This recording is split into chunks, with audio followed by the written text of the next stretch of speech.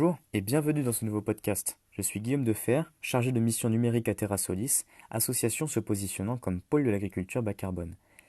Le changement climatique tend à s'imposer comme la problématique du siècle. Incendies, sécheresses, inondations ou encore ouragans, pas une année ne passe sans qu'une catastrophe nous impacte de près ou de loin. Les bouleversements climatiques actuels sont liés aux activités humaines, qui rejettent en grande quantité des gaz à effet de serre dans l'atmosphère. On en compte trois principaux.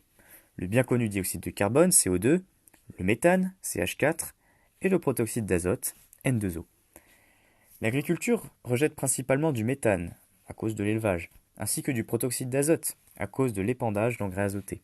De manière indirecte, elle rejette aussi une grande quantité de CO2 liée à la fabrication énergivore de ces mêmes engrais azotés. L'agriculture compte ainsi en France pour 19% de la quantité totale de gaz à effet de serre rejeté dans l'atmosphère chaque année. Elle doit, comme tous les secteurs économiques, réduire ses émissions pour que la France atteigne la neutralité carbone en 2050. Pôle d'innovation de l'agriculture bas carbone, TerraSolis lance en cette fin d'année 2021 son nouveau projet portant sur l'analyse comparée d'outils d'évaluation du carbone agricole. L'urgence climatique favorise l'émergence régulière de nouveaux outils permettant de réduire les impacts environnementaux de l'agriculture tout en créant de la valeur ajoutée sur les exploitations agricoles. C'est le principe de ces outils qui propose à l'agriculteur de calculer les tonnes de carbone qu'il stocke sur son exploitation en contrepartie d'une rémunération financée par des entreprises soucieuses de financer la mise en place de pratiques agricoles vertueuses pour le climat. Certains de ces outils accompagnent le déploiement du label bas carbone dont la version grande culture a récemment été publiée, tandis que d'autres s'inscrivent dans un cadre plus large comme la santé des sols ou la biodiversité, tout en intégrant un volet carbone.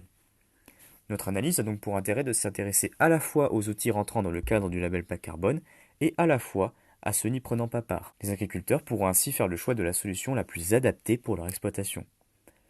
Grâce à sa ferme expérimentale de 220 hectares située au nord-est de Reims, TerraSolis possède des données directement disponibles pour tester ces outils carbone en conditions réelles. Ces données sont issues des 6 campagnes successives de TerraSolis Farm et sont validées par le comité scientifique et technique de la ferme. L'intérêt est que TerraSolis possède différents types de données en fonction des pratiques culturales mises en place dans ces différents essais. Système agriculture de conservation, système autonome en azote ou encore système bas carbone. TerraSolis par ce travail souhaite donc donner aux agriculteurs une grille de lecture au travers de ses propres pratiques culturales. Cela permet de mettre en œuvre de façon concrète les différents outils carbone sur les mêmes jeux de données et de visualiser concrètement les avantages de chaque outil. Si vous souhaitez en savoir plus à propos de ce projet, n'hésitez pas à contacter TerraSolis à l'adresse suivante contact@terrasolis.fr. À bientôt!